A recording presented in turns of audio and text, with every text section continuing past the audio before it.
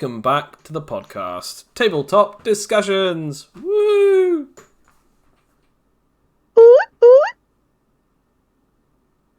Okay, right.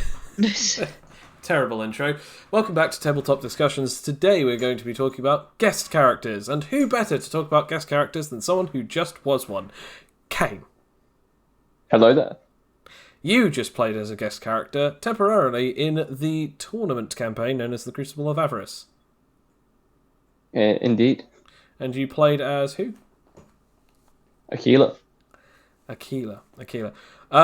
You played as Aquila, who was A lightning bird. Okay. Who had a suit that didn't contain their powers. That was pretty funny, actually, because that did illustrate, the problem with certain powers. Like, if you haven't blood transfused your clothes, once you have your transformation, you're naked. Yeah. Because, a bit awkward. Well, not only because your body becomes slightly bigger and in bird form, and the fact that its shape is different, but also because that your entire body is also lightning. So it just burns through it all and everything. But well, at least they didn't have to pay for the suit. Yeah, fair enough. But we do at least know a couple of things about some things or two, so we're going to talk about them in some length. So what we mean by guest characters in tabletop RPGs, or specifically just tabletop games or anything like that, what we're talking about really is a player who can come in and out, or even just a cameo or anything like that. We'll mostly be talking about players who join in for a couple of sessions and then hop back out. If they come back in, fair enough, but it's more just like usually a one-shot thing. Not always, but sometimes. So this particular case was just that we had a couple of ideas for NPCs, and we were building them. In the usual circumstance, Kane, you and I were coming up with some, and you built a couple on your own. We were still talking about that way into just as we were about to get into the episode, of which everyone then said, "Oh, Kane, are you playing with us today?" And then I chose democracy like a smart person, apparently. So, what happened? How did you end up playing as one of the NPCs that you were building? Well, goes back to how I met your mother.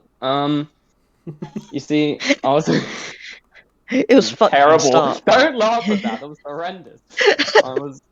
Tough, I'm laughing. I found it funny. Well, I was on Discord, as you find yourself. And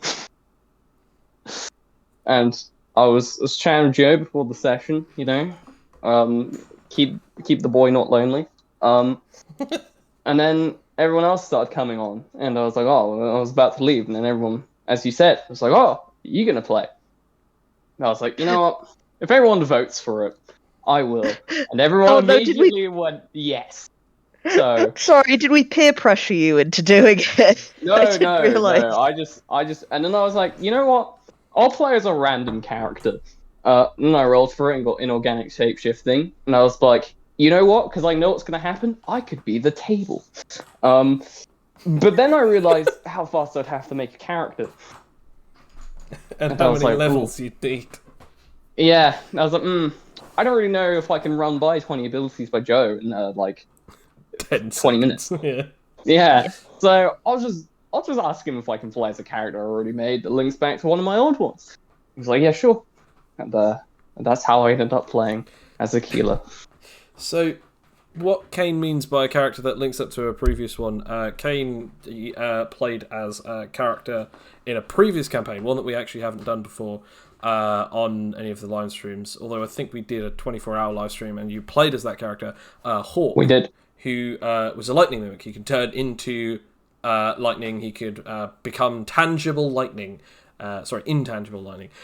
Basically, he could do all sorts of really crazy stuff, generate, manipulate, and even become electricity. Later on, we just had this joke where the three characters that met up, Lumen or Lumine Soul, Lumine Soul, Amon Bright, and then Aquila Uccello. They were all children or at least siblings of previous characters. As a matter of fact, I think it's quite funny because Amon Bright is the elder brother of one of Alfie's characters called Amon Bright, Adrian Bright. So Amon Bright is the eldest brother out of the three brothers. You then have Lumine Soul, who is Bill's character Phileas Soul's nephew, and then you have Aquila Uccello, who is Hawk Uccello's daughter. So all sorts of different ways of which that they were related to previous characters, and they were all like basically friends in some way, shape, or form, business partners, bodyguards. However you'd like to define their relationships within each other's circles, and just having I like to call them the Mimic Squad. The funny thing is that I think we called them something like the Unique Bunch or something because they all have a unique attribute. None of their powers are the same. Like Aquila had. Was it Lightning Phoenix, like new generation Lightning Phoenix? Just Phoenix, except instead of fire, it's lightning now. Absolutely. Lumine had lightning mimicry turned light mimicry, and then we had Amon Bright, who also had lightning mimicry, but it was a unique attribute called plasma mimicry, where it's a crossbreed.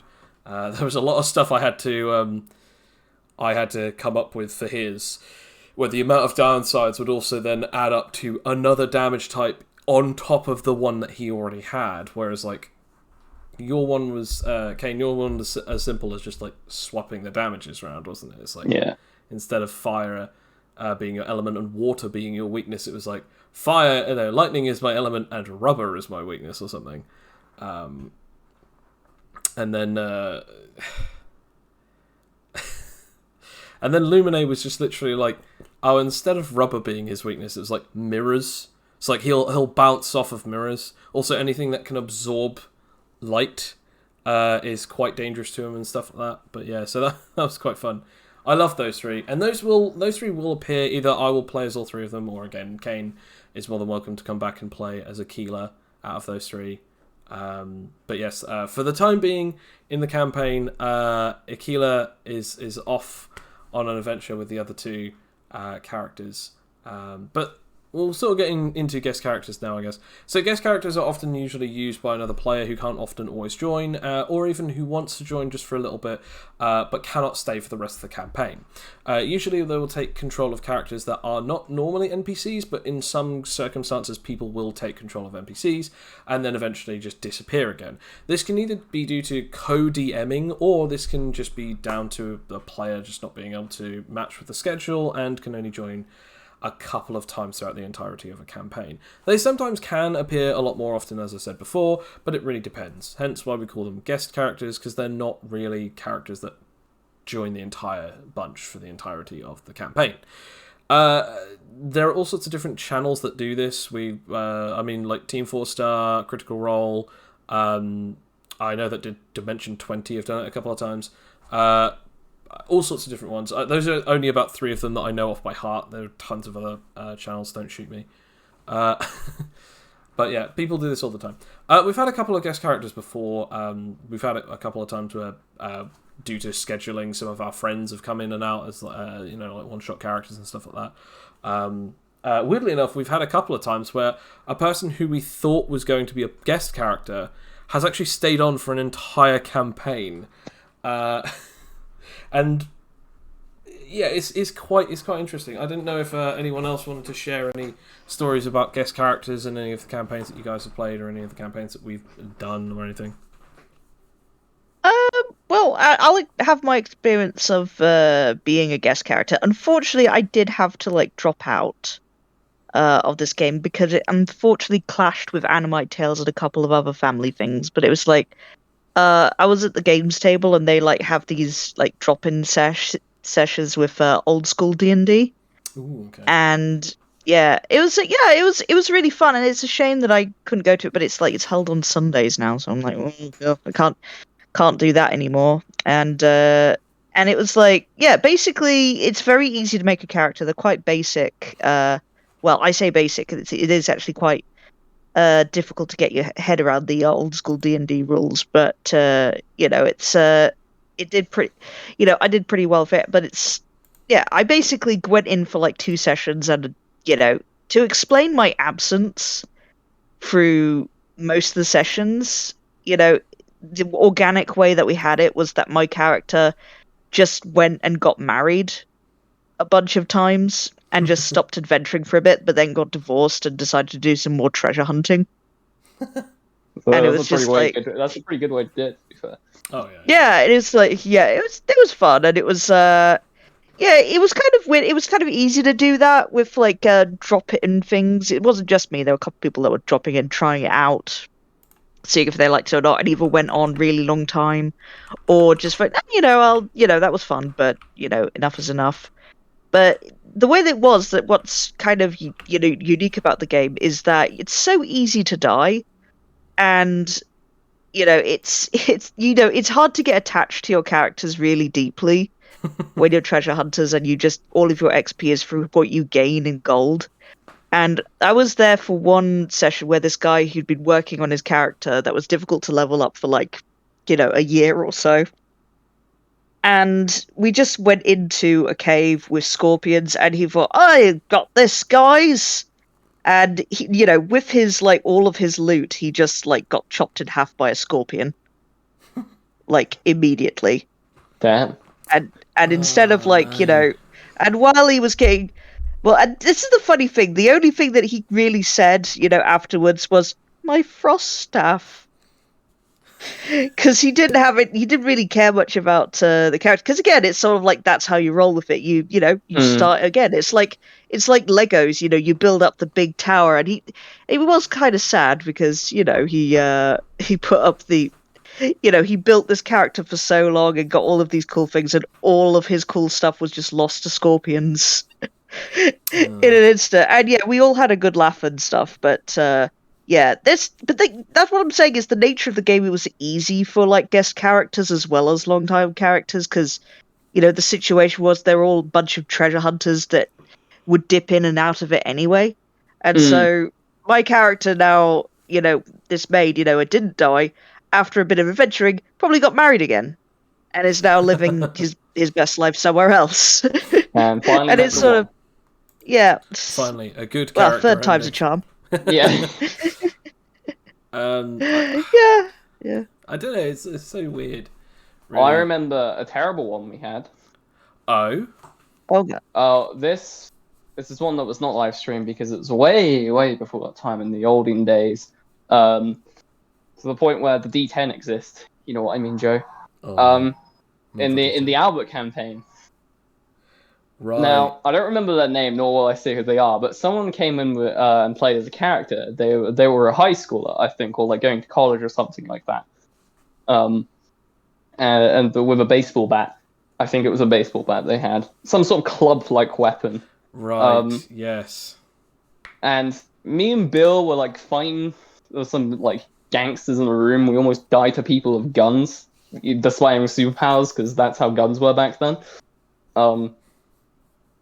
And I chopped off my finger accidentally on picking up my own sword. That's the one to try and pick it up. Yeah. That was brilliant. And we immediately had to go to hospital to get it sewn on. Yeah. But before this, I don't know why or for some reason, but they tried to attack my character. Now I will admit this next part kind of my fault. By all means, I knocked them out and threw them in my pocket dimension. Now here's the awkward thing about my pocket dimension, as time doesn't flow, which means if someone is unconscious when they go in there, they cannot wake up. So their character was just stuck. I cannot remember their name, but I know that they had nullification. They tried to hit you, and you one-shot them in a single punch. Yeah. And then put them away. Now, the really funny part about that was that you still had your finger detached at the time. You're like, oh, damn it. All right, okay, I need to stop the bleeding. Aha! Surprise! Well, that was weird. Anyway, right. So, pocket dimension? Yeah, okay. I have no idea who this is. Whoosh! Yes, now that is probably the worst guest character we've had. Yeah, that is the worst it happened, because we didn't really even meet the character until, like, that moment. I think there was very small dialogue, and then they just immediately got knocked out. They just jumped in, attacked you, and you just literally was like one punch them, knocked them out, and just like, I'll put them in this pocket dimension. Still to this day, that is actually because this was before the rule that you needed to trade to do counterattacks. So back then, you could just do them whenever. You just slap someone. So, I think this is also back in a time where if you had a super stat, you could still roll another stat to save you. So I think it was like, even though you had super strength, you could still like go, right, I'm going to roll evasion, and then I'm going to do my super strength damage. So that was ridiculous. It was very clunky days. That was the worst one that I can remember. We had a guest. So that's actually quite funny, because I think we've had quite a lot of those. I would also like, just to clarify, I have had a lot of different guest characters before. Kane, you've obviously played as guest characters in a lot of different campaigns every now and again. Alfie played as one before, and we've had quite a few different ones. I'd say the worst experience and the best experience. Best experience of a guest character I've had, I'd have to say, was there was, if I really was to point it to something, I'd probably say it was. I still think Aquila was quite. I still think Aquila was quite good. That was Crollo. He appeared for a couple. Crollo was a good one. Yeah. Your weird copying amalgam. I'd say no. You know what? I'd say that was a good one, because that got tied up perfectly in 2 sessions. So again, like, I'll just go through this. Basically, Kane had a character who had copying and amalgamation, so he could like have other different people's powers so long as he was in combat, or as long as he touched them, and then he temporarily had their powers.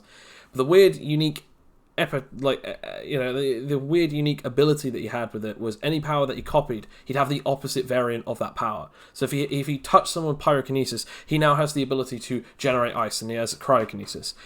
If he touched someone who had super strength, he'd either gain super dexterity, or he'd gain the ability to be physically immune to people who had super strength. If he touched someone with telepathy, he would then have the ability of, instead of reading people's minds, he could then either, like, it would really depend, because we do it based on random narration. So like anything that I say now might not have been the stuff that we did later. But if they were like very easily elemental, it's like, oh, it's electricity powers. Like, oh, you have electricity powers. Cool. Well, now you have an ability that like either does energy, or, for instance, like one funny thing that we did have the idea of is like, I have living lightning. Cool. You now have living rubber, where you can now generate, manipulate, and you are a rubber mimic, just for the sake of a joke. But the 2 ones that came in the biggest handiness of that, like the most powerful abilities that you were able to come up with and create, was one of the characters had black fire mimicry, and another one had technopathy, so that their mind could control programs and subnets and stuff like that. And as you were doing so, you then had this moment where it's like, okay, I can now, like, I copied this ability, and instead of technopathy, it was biopathy. So you can control people's bodies with your mind. And the other one was, instead of black fire mimicry, it was energy liquid mimicry. So it was like light energy water, or like basically like, it was basically like living glow stick, but it did radiant damage. That's the best way that I can explain it, is like you could turn into like the glow stick liquid, but it does light energy damage, which was funny. What's great about that is that it had a lasting impact. Like, this guest appearance had a lasting impact on the campaign, because that led to one of the coolest moments that we've ever had in the session, where Bill's character turns into a giant glow stick bunny and just minces an entire pirate ship. Yes, because at the time, oh blimey, you alright? Yeah, my cat being silly. Naughty kitty. Damn cat. This is not a guest appearance that we expected. I'd say that's probably my favourite because it had such a massive impact. Because that you were And then able I to stole your spare ship at the end of the story. Yes, which was funny because even though that like that ended up being the best power that we have ever had, and the best, and honestly, he still used it throughout the entirety of the campaign. He like Bill and Bill's character was still salty that they didn't get to sell that ship, which was hilarious. It was so unexpected as well. It was also the departure of Sam's character that you didn't like playing anymore. He's just sailing around with this guy now. Which, he's forgotten by about the way, us. I just saved from his consequences because he beat up the person so bad that we were about to sell off that we couldn't recognize his face. So I had to copy Bill's absorption regeneration so that I could sacrifice my own life force to heal the dude's face. And I didn't even get paid for it. That's the worst part. I mean, technically, your payment came as a ship. Was the ship? Yeah. Yeah. Look at me! Look at me! I am the captain now. Yeah. So yeah, that was fun. I did like that. Also, their character appearance was really weird because we just had it. They got murked by or their crew got murked by another thing, and they were just hiding on the ship that the crew currently had. Yeah, no, I remember that. Yeah.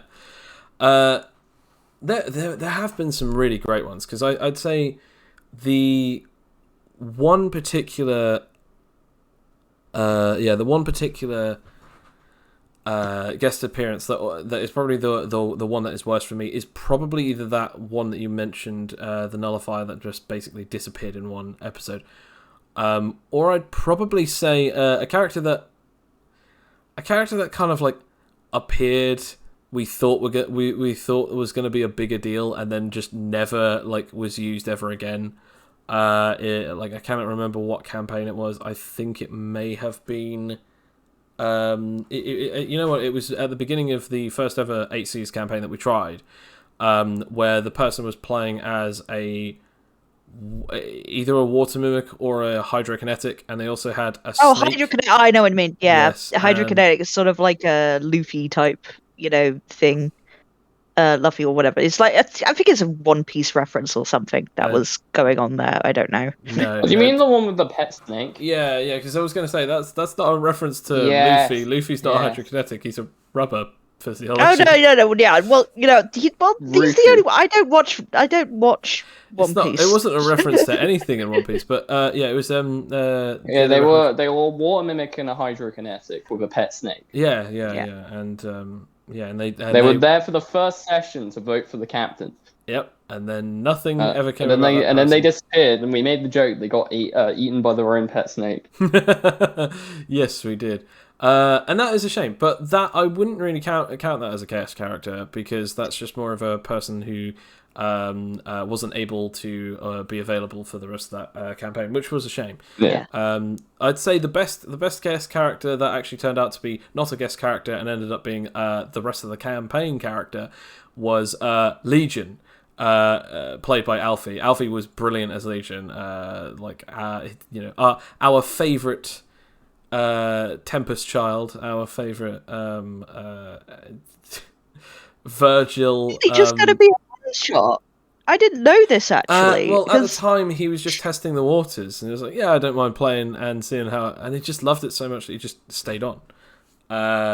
I'm not surprised. It was just so good. It was just we all loved his character, and he really does love Legion. I can see why. I totally know why. Funny though, because to be honest, Legion was supposed to be a character that wasn't really supposed to be massively attached to the group because we didn't know either A, how long he'd be there for, or B, how long he would play as Legion before he was going to play as a different character, because we had the joke that Legion was only going to be there for the quote-unquote catastrophe, which we at first thought was going to be the Terrachnoid, the large monster bug that you fought, and then we're just like, you know what, I mean, what if that isn't it and you actually just play as Legion from now on? As I love playing as Legion. Yeah, wasn't there the possibility that my character was going to be the issue at Narke? Yes, there was two possibilities. One was it was going to be, at the time, it was actually going to be a person or a thing that was actually going to happen in Huskonia. And the other one was actually going to be a Narke. Later on, we actually made the joke that what if it is actually the Havoc 6 because of an Narke, and then we actually then went back to ooh, but what if it is actually more to do with the Narke?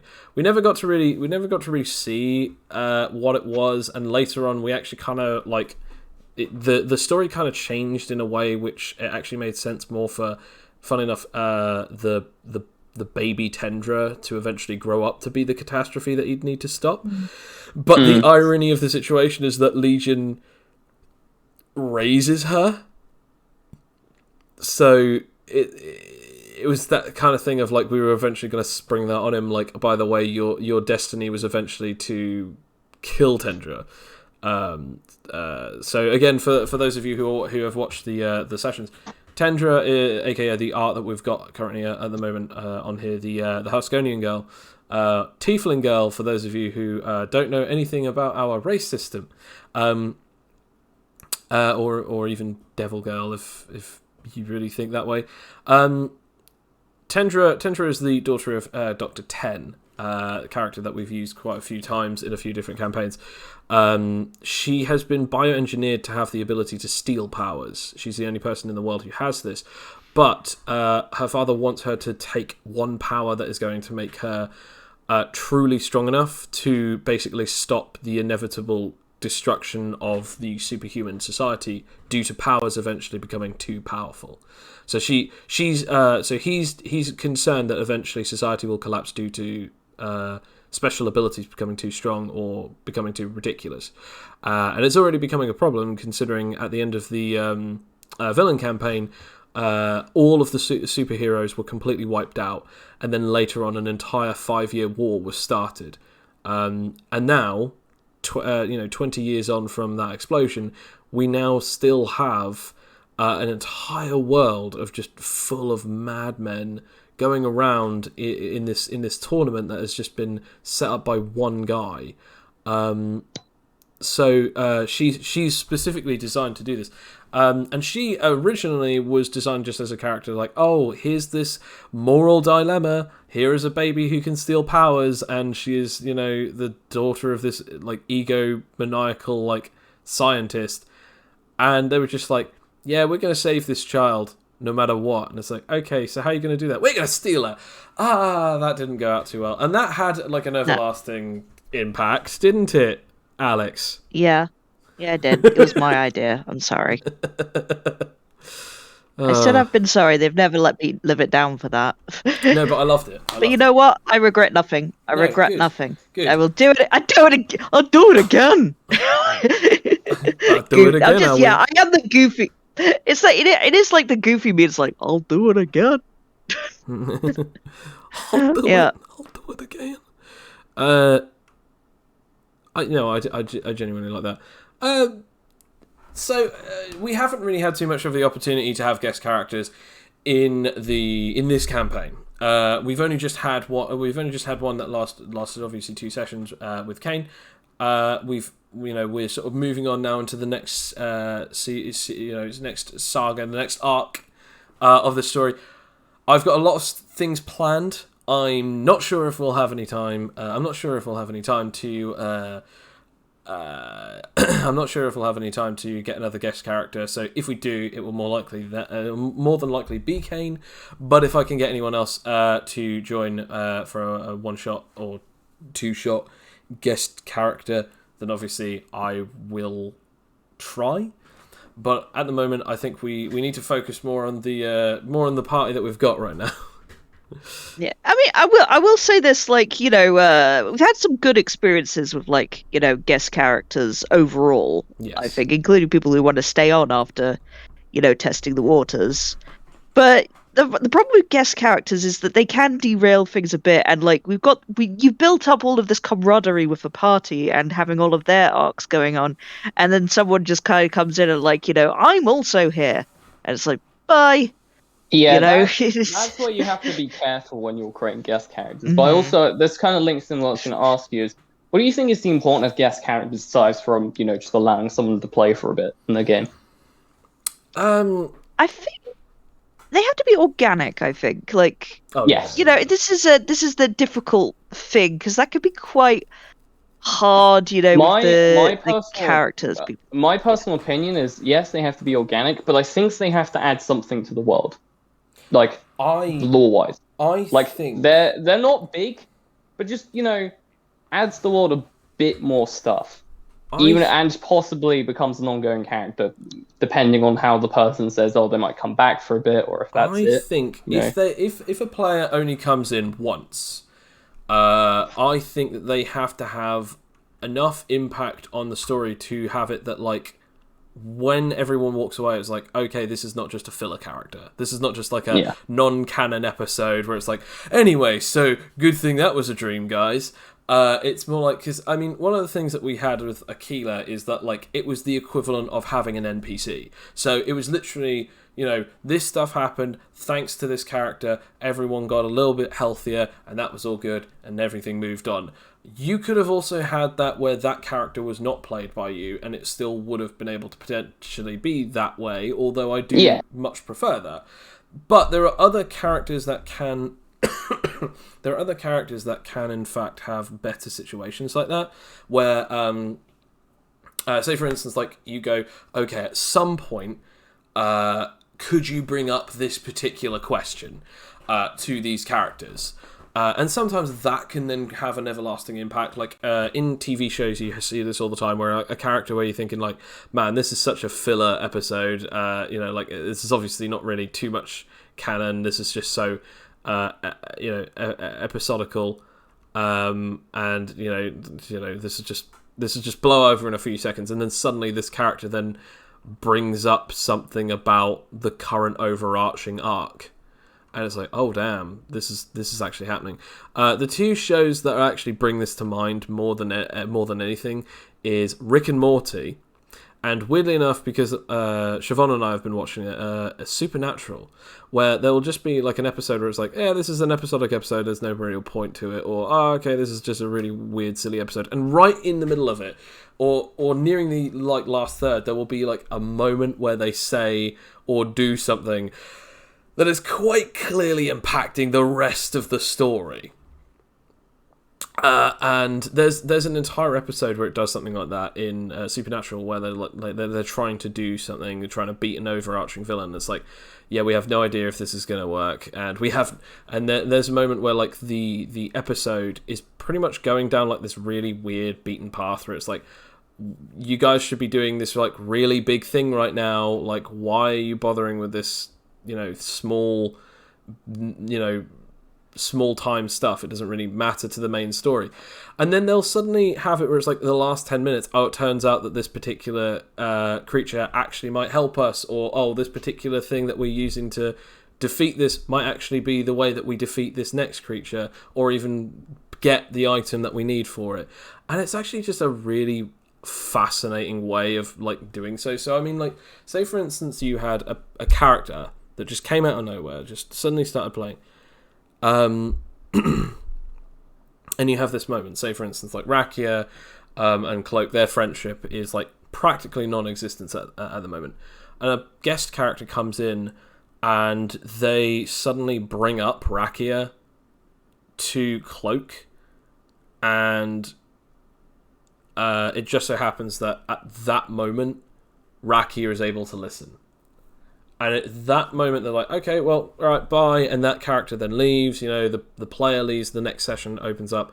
Rakia now has information that she would not have had that player not have stepped in and done something like that. So I think that's when they have an impact on the story that accelerates certain possibilities. It doesn't have to just be character or story or mechanics. It could even be something as small as just having this moment where there's more information given out, just to the player characters. Like, we now know a bit more of the world.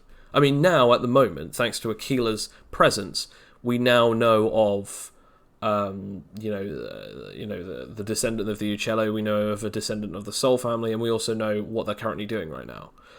Which isn't massively useful information to the characters, but we also what's actually good. Yeah, sorry, I didn't. Sorry to interrupt. But I think that the difference between having that character as an NPC and having Kane played is that I feel like we got like a slightly different personality than we would have had from the NPC, because with Joe is that Joe does play a lot of characters, but he plays certain characters that come more within his wheelhouse, and there are certain characters that come in more Kane's wheelhouse as well. And it was nice to have those two sort of creative minds sort of react against each other in things and come up with like different story arcs and stuff, even if they were relatively small. So I don't know. I just think that's slightly better if it was just an NPC. I have to be honest, I don't think that I could have done it as much justice. Mostly because that it is Kane's characters. It was literally an NPC based off of Kane's character. So it's like Kane's character's daughter. So it literally made sense that it would be best to be controlled by that. I mean, yeah, technically, if you guys hadn't caught Kane on there and asked him for the democratic vote of whether or not he should or shouldn't join, that wouldn't have been a possibility. So technically, like, Kane staying on actually kind of helped that, and obviously everyone choosing Kane to stay on actually meant that, like, and everyone stopping everyone from throwing hands of an angel man. So. Yeah, absolutely. Although technically, which might have actually diverted more problems in the future. Yes, potentially. Or could have just caused them earlier. So yeah, we'll never know. Who knows? I mean, we're gonna find out some stuff about like what's going on with Adrian on Sunday. We've got a couple more days left, so we'll figure it out soon enough. But it's tense. It's very tense. I can promise at the you moment. now, Alex, no matter how hard you look for my character, they will not appear that session. Yeah. No matter what I'm not good. No, I'm going to give that up. And if you somehow magically do find my character, I will pop in for 2 minutes just to fly away. Later. Yeah. Later, bitches! I got a natural 20. Do I find them? You find someone who looks incredibly a lot like them. It's actually just like a statue of a blue lightning bird, and it's like, oh, damn it. No, it's even funnier. It looks just like a character who looks like Aquila from behind. You turn around, it's actually just a peacock dude with no powers. Just, oh, damn it. Car. No, actually, I have a show recommendation that might actually prove useful to this topic. Oh, yeah? Have any of you heard of Harmon Quest? No. Yes, I have. It's Dan Harmon's D&D adventures, isn't it? Yeah, and they have a guest character every episode. And it's like... I've heard of this, but I didn't know if it was actually true. Yeah. No, it's true. Every single episode. Like, sometimes the celebrities return. Like, but only, like, once did a character, because he was so good as a guest character, in one episode did he actually return as his guest character in a very later episode. And, it was it's very funny, and the way they do it, I mean, it must be exhausting, because the thing is that they have like a little animation as to why they can't, like, a lot of times they just die, because they have no sense of self-preservation, because they only know they're going to be on, one show and that's it. So they end up dying in like hilarious ways. But like usually they have like a little animation, like they get thrown off, or they just like they go their separate ways, or they don't reanimate. Like there's one where like they touch a door, and a player character, one of the main players, actually dies, and another guy does it, but it's just like in the next episode, it's just assumed that he also died, from it as well. There's just a charred corpse in the back, even though we didn't actually see that in the first episode. Just oh well, he dies, I guess. So it's like it's a very creative sort of show, because it's like, yeah, every single episode there's like a new character and new shenanigans happens because they've got new energy on there. But I gotta say, it is like it's an odd experiment.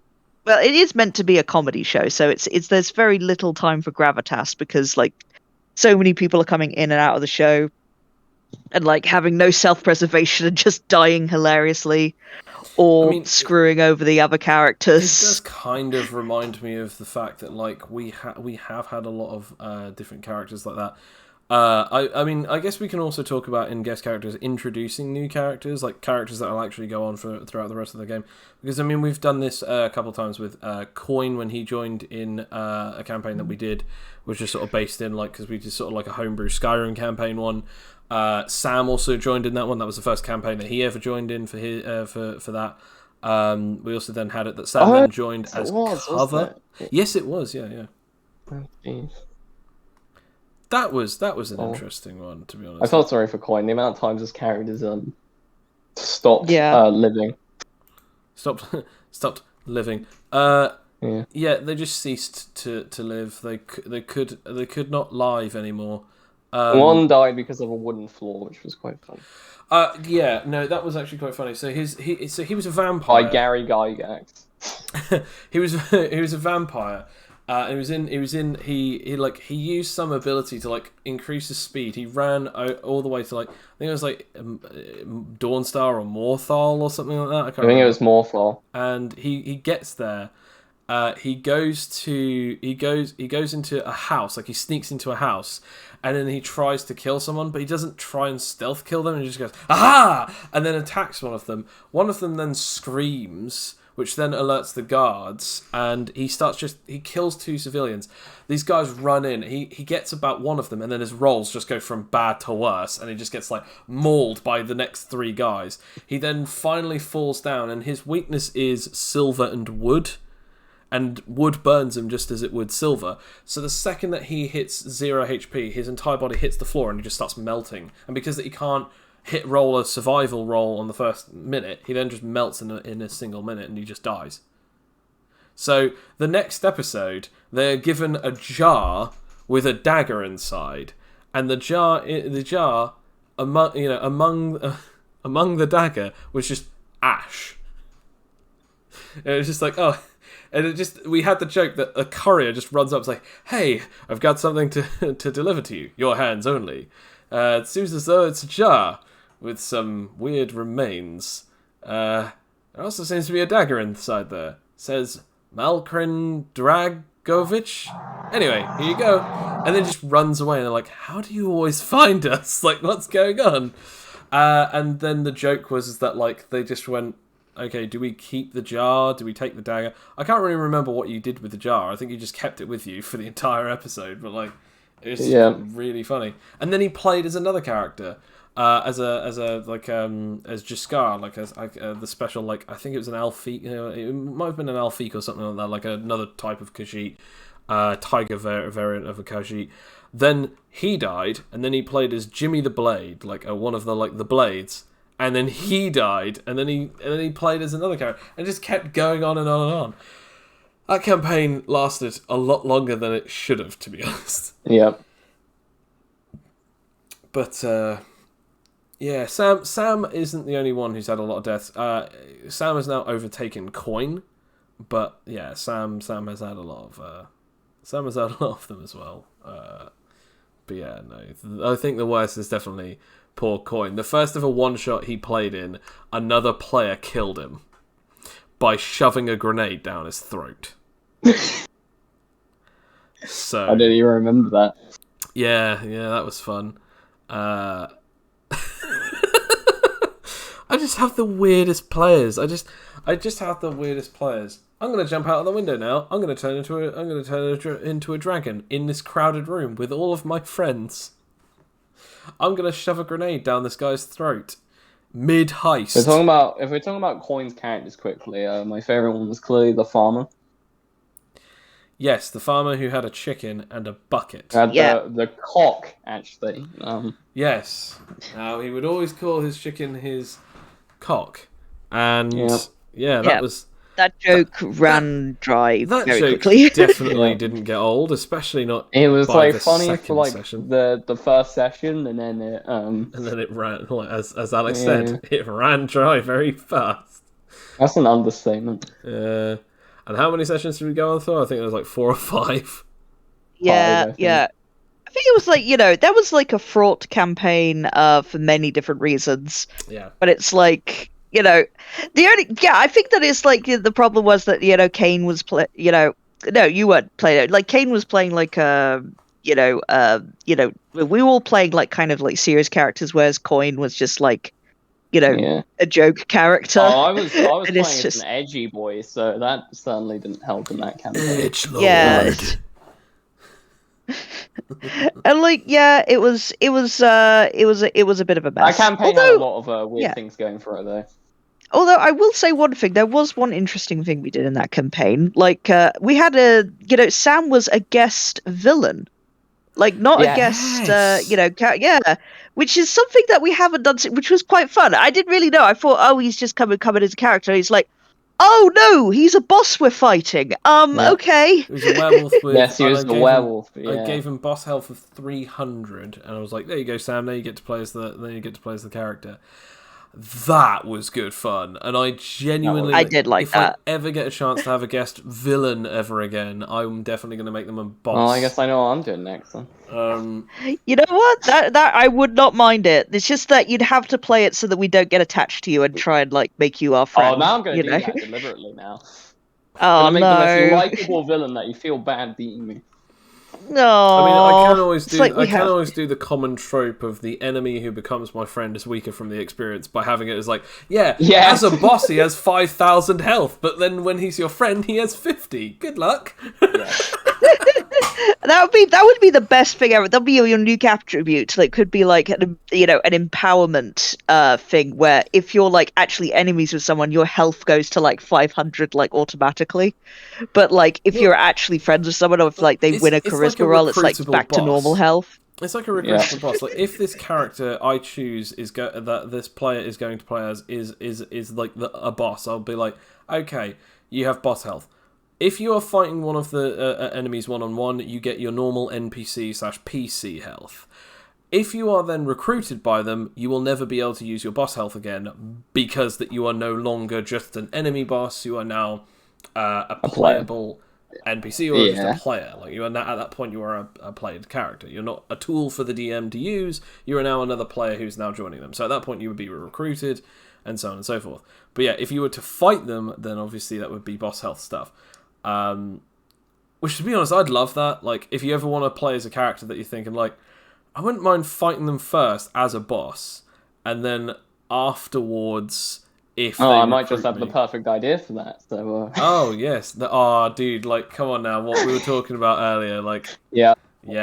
No clarification. No clarification. I don't think anyone deserves any input. All I'm just gonna say is don't make me fight Llamageddon. I like Llamageddon. Oh no! Don't make me do it. Don't make me do it. So now, Kane, you have 3 possibilities. Yeah. I don't. No, Llamageddon will always be your friend. He's too kind. That is true. Yeah, I hope so. You know what? He's won me over just when you're telling me like just his motivations. He's the only contestant that doesn't actually fight. He just runs away from people. Even though his powers of running are fighting. Yep. I mean, Kane, that's what you need to do. You need to tell Coin, here's what I need you to make, and just get Llamageddon to be made. That's the next artwork. Oh dear. Well, unironically do that though. Get Llamageddon art. I'm invested now in Llamageddon's story. Even joking either. Like I need that. I need that. I need those details. Oh yes, because he has the beer can hat and he sells llama juice. Is it called llama juice? That's one of his products. What is it called? Is it? Oh my gosh, I can't remember. No, it's llama juice. I remember writing it down. I thought it was like it's llama. Still on his character. It's still on his character sheet. I can always look at it right now. If you want. Is it called llama juice or is it called turbo llama or something like that? I can't remember. I don't know. You know what? Let's find out. I think it's llama juice though. Alright, let me go for Google. Llama boost. Definitely. Llama boost. That could be like you can have llama juice and then like there's the second version which is llama boost. Here's llama juice. It's like, and for those of you who need to, get a pep in your step, here's llama boost. The energy drink. Oh, Llamageddon. Here we go. Alright, here we go.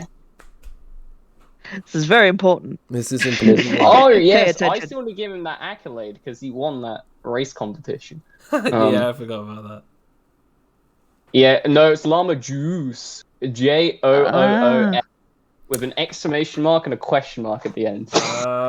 Yes.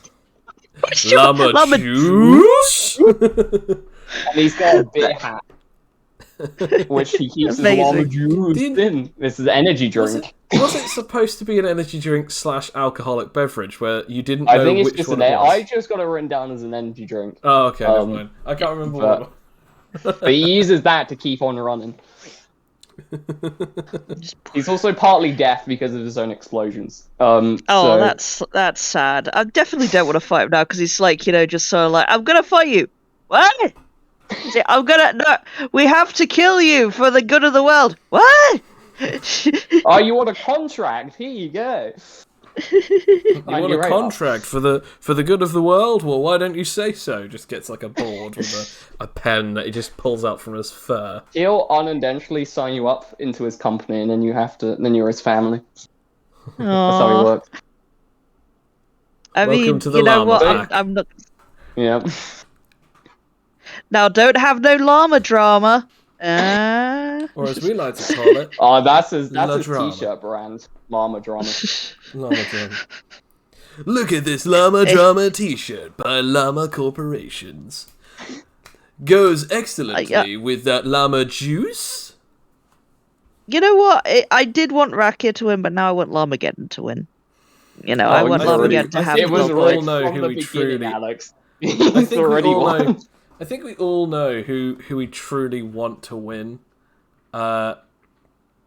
Which, to be honest, the farmer and his cog. I genuinely believe that if I keep talking about this, but I genuinely think that the best person to win, only just because of how funny it would be out of the party, would be Felix.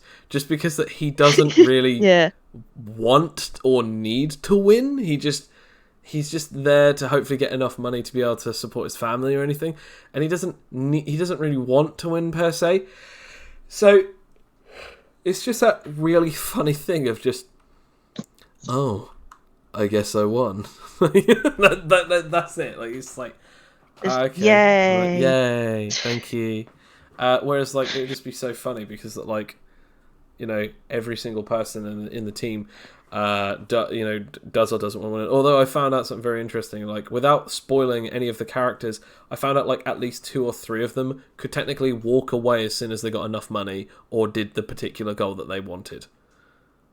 Like that's just the crazy thing. But we answer. I think at the very least we know that Rakia is not like that because Rakia wants to win. It's almost pathologically needs to win. It's like the money is certainly a draw, but it's like she ain't in it for the money. She came there to win. She wants that. She wants to be. It's just want to tick that off the box. That's why she's doing all of this other stuff. It's like, well, we didn't get to the beast battle, so we're doing the beast battles. So I can say I've done the beast battles. Power and sex, money and riches. I want them all. I deserve the finer things in life. After all, I am greed. She wouldn't say it like that, but yeah. No, it's not a very well read quote, but it's a quote from Full Metal Alchemist. What greed says. Right. Yeah. No, I do like that. I do like that line because it is just brilliant. Because it actually kind of like well instills that belief of like he is one of the 7 deadly sins, and Rakia is kind of greed incarnate to a certain degree as well. Was definitely isn't now, but either way, it's very interesting to see what might be around the corner. Yeah, definitely. Little character development. That doesn't happen here. A little beginning, middle, and end. I don't think it will be a character arc. I think it will be a character overhang, where something will happen and then it'll just go back to square one.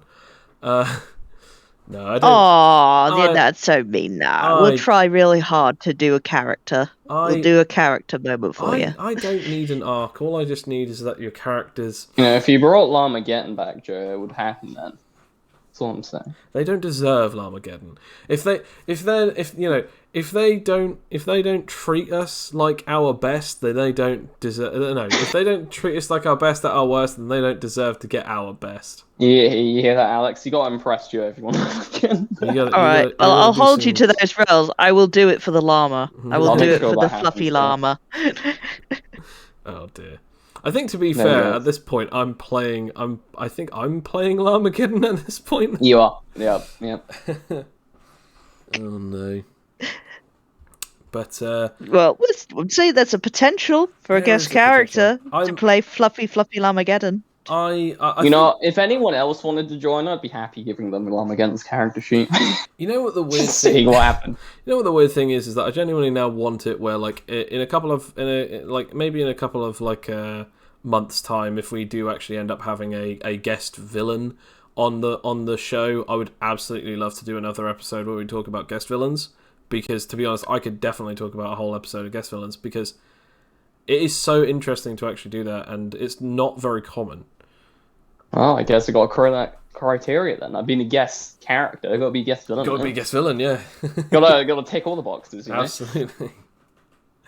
How many episodes do you need? For real, I am hype. How many episodes? I am actually hyped for guest star in and basically help out with bosses before you basically count as a co-DM/DMing tool. Yep. Oh man. Anyway, right. Well, I think that's about it for this episode. Thank you, both Alex and Kane, for joining us for this session. I say us, for joining me on this session. I mean, you are holding a cactus, as I can see everything, so there is two of you. Join us. Join us. This episode has been brought to you by The Cactus. Thank you very much for listening. If you yourself would like to hear a tabletop discussion where a lot of us talk about all sorts of different things to do with tabletop RPGs, tropes in tabletop RPGs, or even just a few different bits and pieces that you might want to know about what's going on behind the scenes in our current campaign, The Crucible of Avarice, or even any of the other campaigns that we've done previously, then don't forget to comment down below. Thank you for listening, and have a wonderful night. What? Goodbye there. That always puts me off. Ciao, ciao for now.